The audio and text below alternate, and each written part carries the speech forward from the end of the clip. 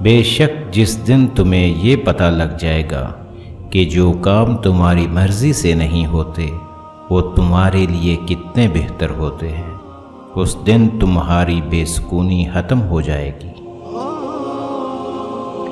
ضروری نہیں کہ جو شخص آپ کو نصیحت کر رہا ہے وہ اپنی ذات میں بالکل مکمل ہے، وہ تو آپ کو بس اتنا کچھ دینے کی کوشش کر رہا ہے جس سے آپ مکمل ہو جائیں۔ بدگمانی بہت بری چیز ہے، یہ انسان کو وہ بھی تصور کروا دیتی ہے جو سرے سے ہو ہی نہ۔ رشتوں کی حفاظت محبت اور خلوص سے ہی کی جاتی ہے، نہ کہ بحث بازی سے۔ لوگ بیٹی سے کہتے ہیں کہ گھر کی عزت خراب مت کرنا، واہ! بیٹے سے کیوں نہیں کہتے کسی کے گھر کی عزت برباد مت کرنا؟ بیٹیاں پھولوں کی طرح ہوتی ہیں اور یہ پھول آپ کے گھر کی زینت ہیں۔ اپنے ماں باپ سے اونچی آواز میں بات مت کیا کرو، جس دن وہ خاموش ہو گئے اس دن تم ان کی آواز سننے کو ترسو گے۔ اللہ سب کی اولاد پر ان کے ماں باپ کا سایہ سلامت رکھے، آمین۔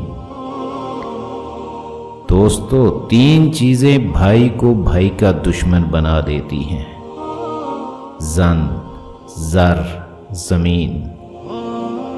کوئی بڑا کام صرف وہ شخص کرتا ہے جو اپنے آپ کو چھوٹا کام کرنے پر راضی کر لے۔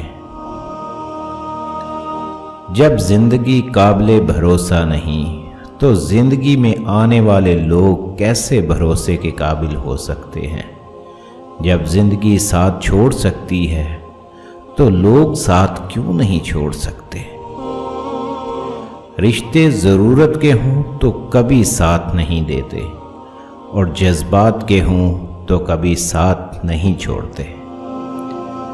رشتوں کی رسی تب کمزور ہوتی ہے جب انسان غلط فہمی میں پیدا ہونے والے سوالوں کے جواب بھی خود ہی بنا لیتا ہے۔ سیکھنے کے بے شمار ذرائع ہیں، مگر پھر بھی کہا جاتا ہے کہ زمانہ بڑا استاد ہے۔ دوسروں کی زندگی میں آگ لگانے سے بہتر ہے اپنی زندگی پر توجہ دیں۔